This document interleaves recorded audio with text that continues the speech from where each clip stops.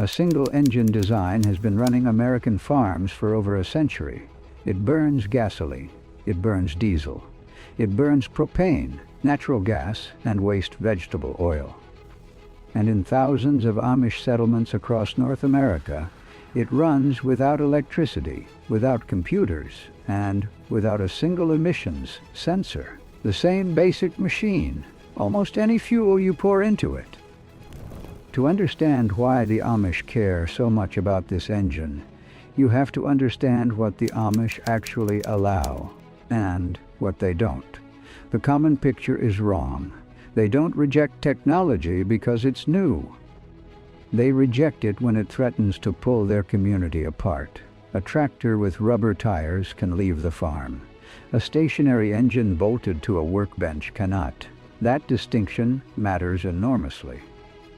So starting in the late 1800s, Amish and Plain communities across Ohio, Indiana, and Pennsylvania began adopting a very specific kind of machine. The single cylinder hit and it had almost no electronics. It could be repaired with hand tools, and it ran on whatever fuel happened to be cheapest or most available that season. For rural communities far from supply chains, that flexibility was survival. The hit and miss engine gets its name from how it runs. Most engines fire on every stroke. This one fires only when the governor senses the load dropping. You hear it go, chug, chug, chug, then silence, then chug again. It misses intentionally. That skipping cycle conserves fuel. It also puts almost no stress on the machine between firing events. That is why these engines last so long. Some have been running for 80 or 90 years. The governor is the clever part. It's a pair of spinning weights on a shaft. When the engine speeds up, because the load has dropped, the weights fly outward. That movement mechanically closes the fuel valve and holds the exhaust open, so the next combustion stroke just doesn't happen. When the engine slows under load again, the weights fall back, the valve opens, and it fires. No computer, no sensor, pure mechanical feedback, invented in the 1700s for steam engines and still working today. Now, here is the part that surprises most people. Because this engine relies on mechanical carburation and simple valve timing rather than electronic fuel injection, you can run it on an enormous range of fuels. Gasoline is standard, but you can swap a jet and adjust the mixture to run on propane.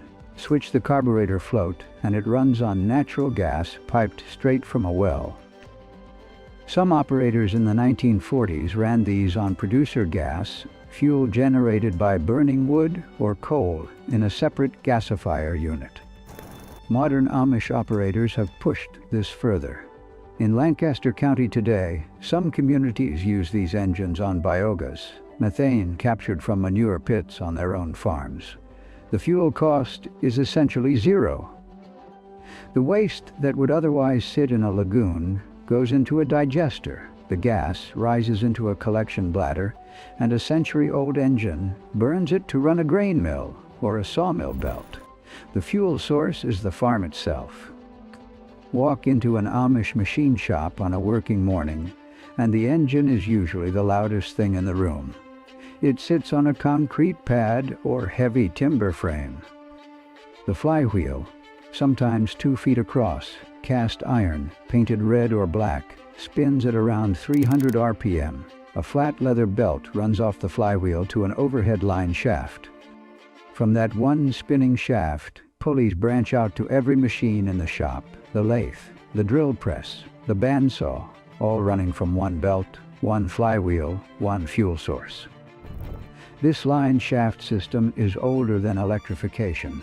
Before power companies wired rural America, every factory in the country ran this way: one central engine, one overhead shaft, belts everywhere. When the grid arrived in the early 1900s, most shops ripped out the shafts and put electric motors on each machine. The Amish did not. They kept the architecture that was already working.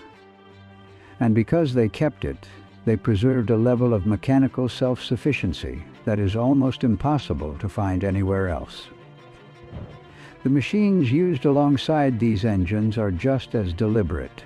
Amish communities favor brands like Meadows Mills, Burkholder, and vintage iron and brass machinery that dates back decades. Parts are interchangeable. Tolerances are loose enough to machine by hand. When something wears out, a skilled shop hand can fabricate a replacement from bar stock. There is no dealer network to call. There is no warranty claim to file. The knowledge lives in the community, passed from father to son, neighbor to neighbor. Outside Amish country, this engine found a second life in the antique engine hobby community.